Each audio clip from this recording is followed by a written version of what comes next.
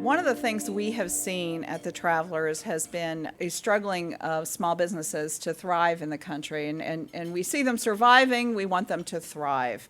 And part of our job, we believe, as an engaged corporate citizen, is to help small businesses thrive.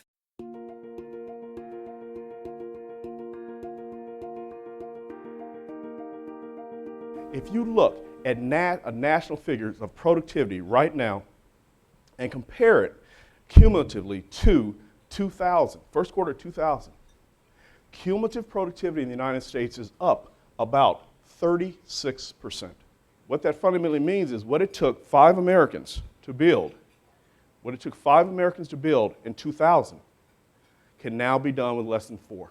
As we have become more productive, which is a good thing because it builds our wealth in the society, it has also been one of the causes of slow growth in employment throughout the recovery and the expansion. Part of the continuity plan, disaster recovery plan, you'll hear that referenced sometimes, is, if you can't get that product to your customers in a manufacturing world, do you have a partnership with another manufacturer who might be your competition today, but he might be your best friend if you have a disaster? So if that customer needs to buy it from me, I can go to my partner and already have a contract in place, my competition, and fulfill those needs. Because once you lose customers, it's very hard to get them back. Businesses, especially I'd say in our region, have done a really nice job of making sure that they're sound. A lot of companies are sitting on a lot of cash right now, and they're using that cash to be able to fund the business going forward. And I think that's a great thing. If you don't have to borrow, don't.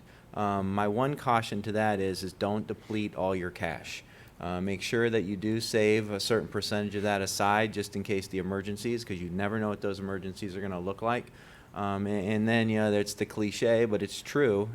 Get the line of credit when you don't need it. That's when banks are more apt to give it to you. I would strongly suggest you do that on a regular basis to see what's out there about you or what might appear to be about you. If there's someone named Dave Hatter that happens to get his 25th DUI and you Google Dave Hatter and don't realize that that's not me, that's obviously going to create a relatively negative impression about me in your mind. So yeah, you should do that. In fact, my real quick advice would be use Google Alerts. If you're not familiar with Google Alerts, it's a free service Google provides. You can essentially set up a search that they will just execute over and over, and anytime words or phrases you're interested in show up in their database, it will email that information to you, so you don't have to keep going to look. It's a little more proactive and very handy.